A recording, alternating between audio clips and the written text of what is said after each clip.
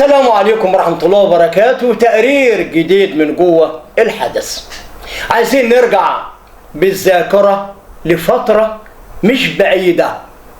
هنرجع لدائرة الباجور الانتخابية، وليكن من مدة زمنية يعني مش بعيدة قوي، تحديدا فترة النائب كمال الشاذلي. النائب الوزير كمال الشاذلي في فترة مرت سابقا كان معروف ان هو اكتر برلماني فضل فترة كبيرة جدا ساطع بالبرلمان حتى وصل لأعلى المناصب بالدولة. هذا الرجل كان له شعبية كبيرة جدا على مستوى مركز الباجور وأيضا على مستوى مصر بالكامل. هذا الرجل كان انتماؤه الأول والأخير لبلده الصغيرة أهالي مركز ومدينة الباجور. الناس دي كانت شغلة أولى اهتمامات هذا الرجل، والدليل إن حتى اليوم الناس لا تنسى أفضال كثيرة هذا الرجل تم وضعها على أرض الواقع النهاردة بهذا المركز العريق. لما نيجي نتكلم في موضوع أو حكاية طريفة جدا تمت وكنت حاضر مواقف منها. قرية تابعة لمركز الباجور. هذه القرية أثناء الترشيحات والدعاية الانتخابية كان هذه الفترة المرشح السيد كمال الشاذلي كان مرشح، ناس كتيرة كانت أيضا مرشحة. المهم أهالي هذه القرية فيها طريق وطريق أيضا موازي ليه. أهالي السكة دي اللي هو الطريق ده راحوا للمرشح الآخر اللي هو غير النائب كمال الشاذلي، طلبوا منه محول كهرباء. الراجل على الفور قال لهم المحول بكرة يكون عندكم، وجاب لهم المحول على أمل إن الناس دي بدل ما تبقى الناس دي بتاع الشاذلي لا الناس دي تبقى بتاع المرشح الآخر. اللي علم بالكلام ده النائب كمال الشاذلي، بعد جاب الناس دي وبعد أيضا جاب الناس اللي هم من السكة التانية دي الموازية ليهم وقعدهم. قال لهم مين اللي راح طلب المحول؟ كل الناس محدش قادر يتكلم. قال لهم لازم أعرف مين اللي راح وطلب المحول ده. فواحد قال له بصراحة أنا اللي خدت فلان وفلان ورحت طلبت المحول ده، ولكن معلش حقك علينا. قال له إزاي؟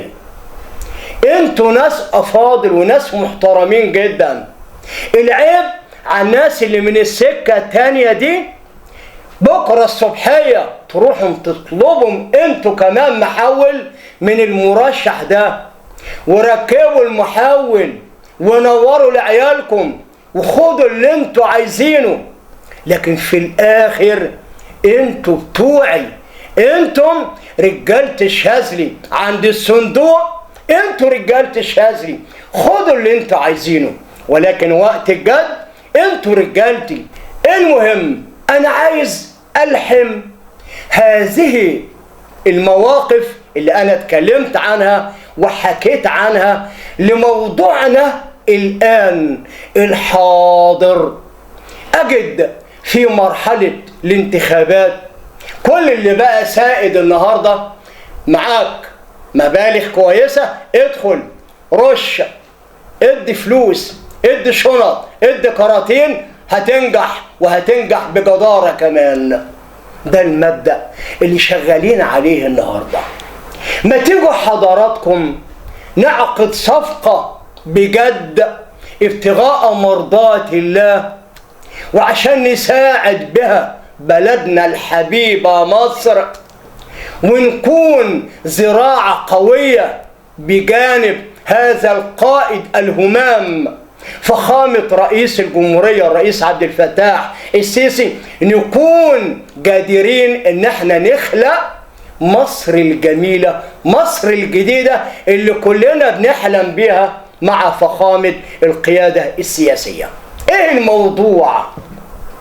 هيجي لك اي حد من الناس اللي ربنا مديها خير كتير ويقول لك خد، ايه اوعى تنسى، خد، يجيب لك كراتين، خد، يجيب لك شنط، خد. اي حد يجيب لك حاجه ما تقولوش لا، قول له عينيا الاتنين، كتر خيرك، ده انت حبيبنا.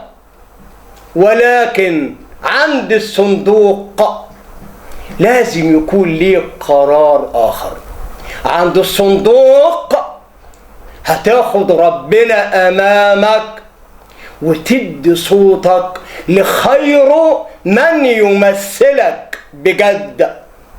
ولكن ما بنقولش جاي لك خير من اي حد، او انت قاعد عيالك في احتياج ل100 جنيه ل200 جنيه لشويه سكر لشويه حاجات من كده، وتيجي حضرتك اقول لك ما تاخدهمش حرام عليا، لا، خد وما بقول خد واطلب كمان. ولكن وقت الجد والصندوق اتمنى يكون فيه رأي آخر، نتمتع في جمهورية مصر العربية بقضاء شامخ ونزيه وقيادة نزيهة. أقسم بالله اللي بيتحط في الصندوق هو اللي بيطلع للعلن للجميع. دي بلدنا النهاردة. عند الصندوق لازم تاخد ربنا أمامك وتختار من يمثلك بجد، وخد يا عم اللي انت عايزه. اتمنى نقدر نطبق السياسة الجميلة ده. اعتقد هنبقى في فترة ازهى وافضل من اللي احنا بنعيشه النهاردة. حاجات كثيرة جدا بتلاقي النائب يقول لك انا ضحيت، انا دفعت، انا عملت، عايز مني ايه؟ ما بتشوفش النائب تاني اذا كان في فترة قادمة يبدأ يجي يقول لك أنا جيت. أما يجي يقول لك أنا جيت، قول له حبيبي الغالي نورت البيت. ده اللي أنا عايز أقوله. تقرير سريع كان لازم أنزل بيه وللتوعية وابتغاء مرضات الله وبالأصول يا أهل الأصول.